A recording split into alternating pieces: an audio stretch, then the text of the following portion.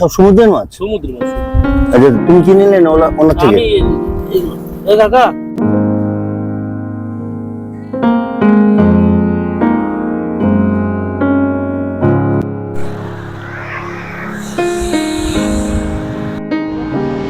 কি মাছ আসলে এখনো প্রাণ আছে। কত গো বাইক রাইড? সিঙ্গেলে 400।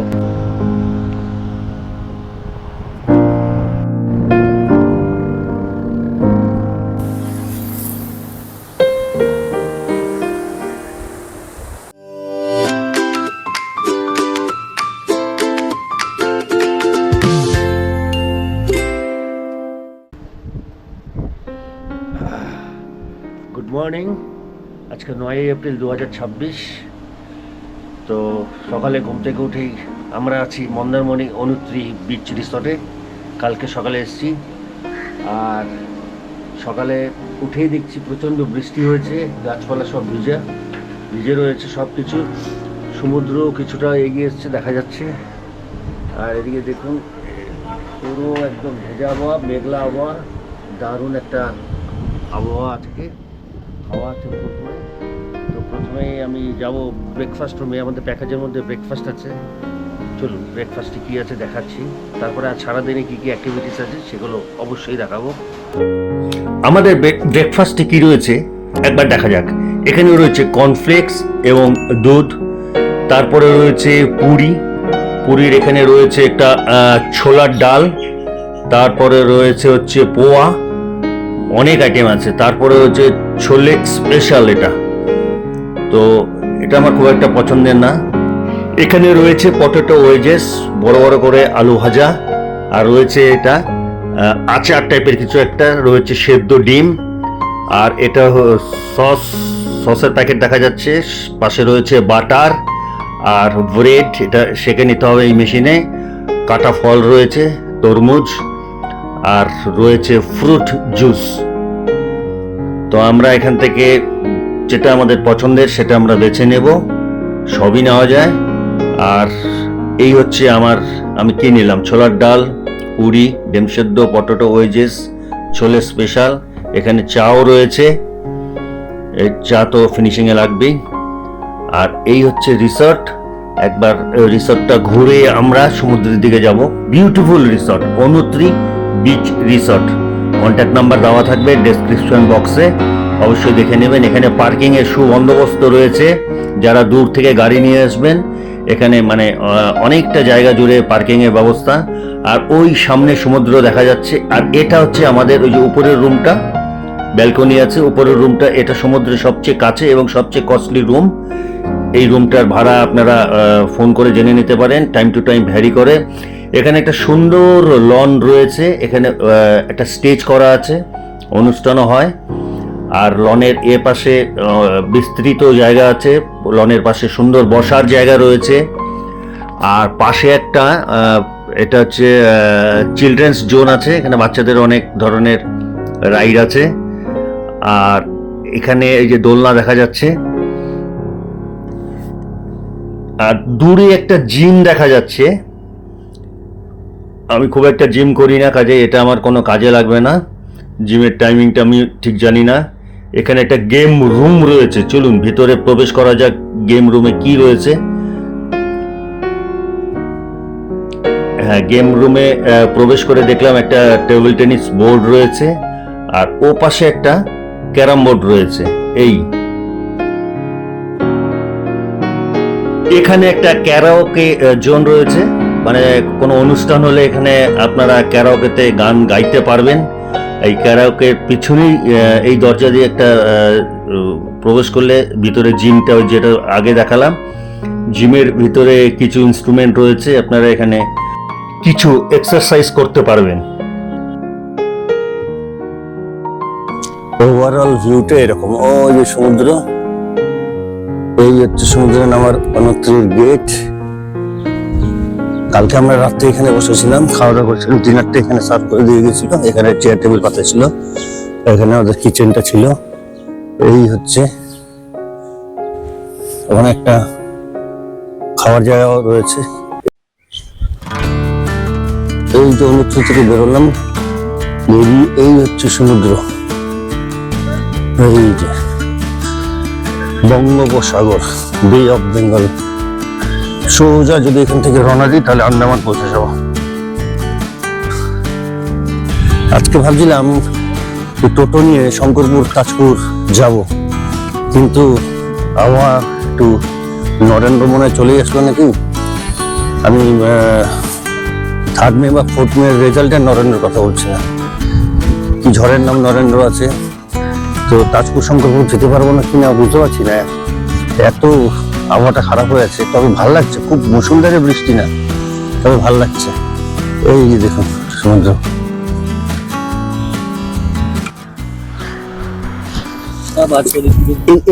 এগুলো কি সব সমুদ্রের মাছ?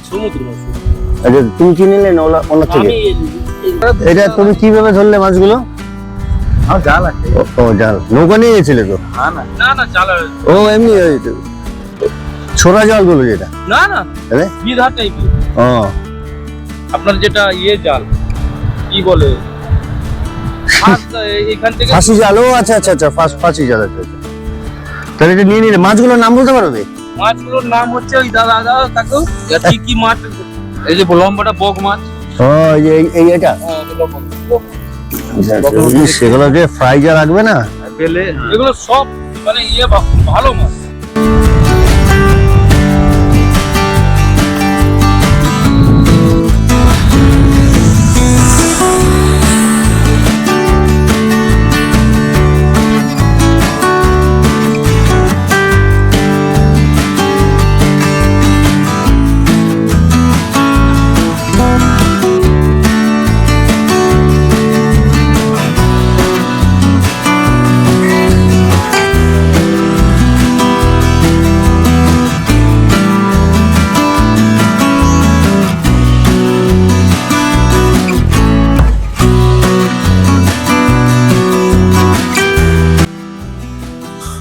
আবহাওয়া কিন্তু একদম কুল, কোনো রৌদ্র নেই। এই সময় কিন্তু প্রচন্ড রৌদ্র থাকার কথা, সমুদ্রের পাড়ে হাঁটাই অসম্ভব ছিল।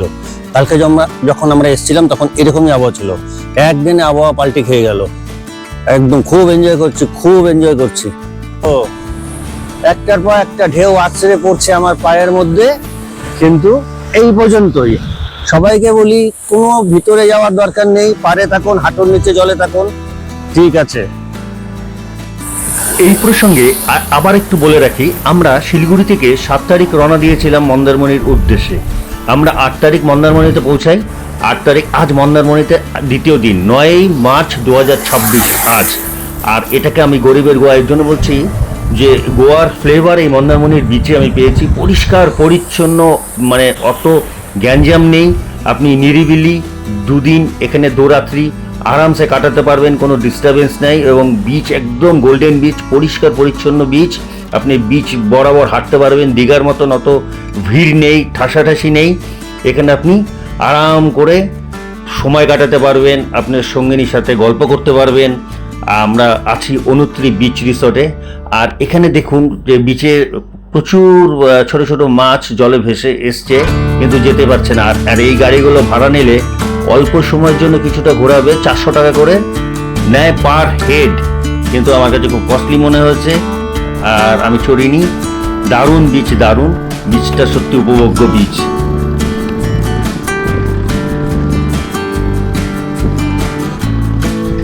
মন্দারমণির বিচের ধারে যতগুলো রিসোর্ট রয়েছে তার মধ্যে আমার অনুত্রি বিচ রিসোর্টকে বেস্ট মনে হয়েছে। একদম সমুদ্রের সাথে লাগোয়া এবং তাদের স্টাফদের ব্যবহার খুব ভালো, খাবার দাবার খুব ভালো।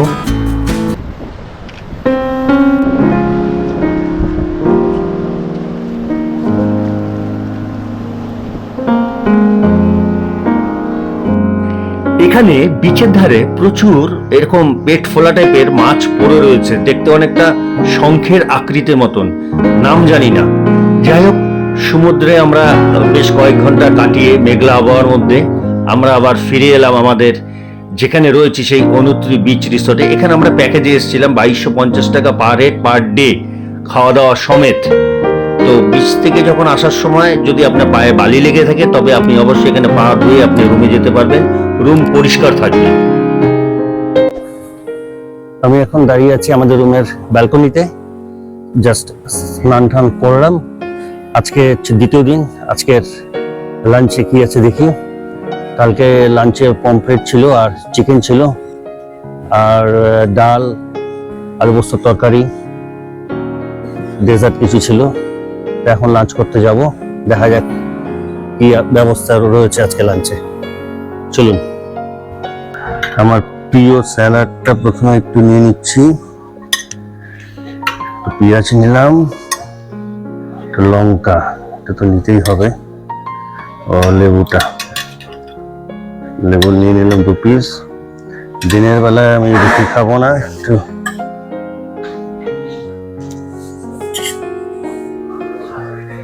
একটু ভাত নেব। আজকে হেভি ব্রেকফাস্ট হওয়াতে আমি দুপুরে একটু কমই খাবো।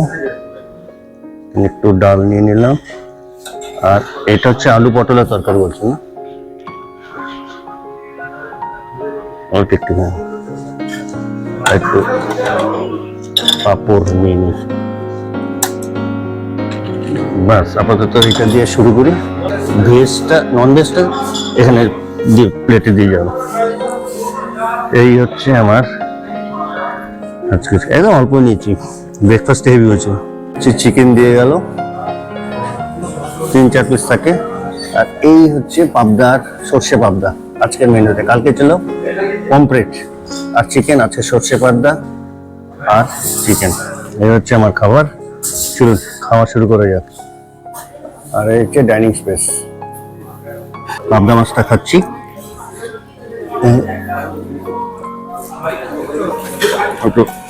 সর্ষে পাবদা,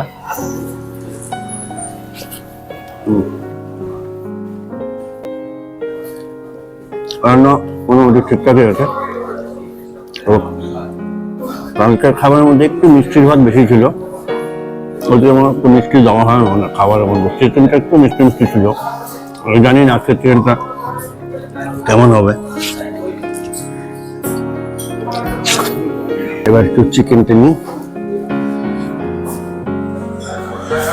একটুখানি ভাত নিলাম।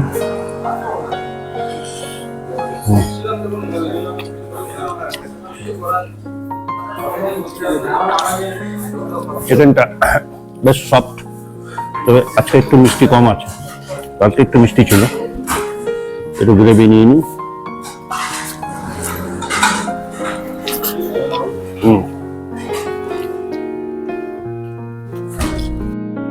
এটা আমার মন্দারমণির ভিডিও 3য় পর্ব। যাই হোক, খাওয়া দাওয়া করে একটু রেস্ট নিয়ে আমরা বেরোবো শঙ্করপুর, তাজপুর ঘুরতে। এখানে লোকালি একটা গাড়ি ভাড়া নিয়ে আমরা যাব, 700 টাকার মতো নেবে। তো এখানে শেষ করছি ব্লগটি।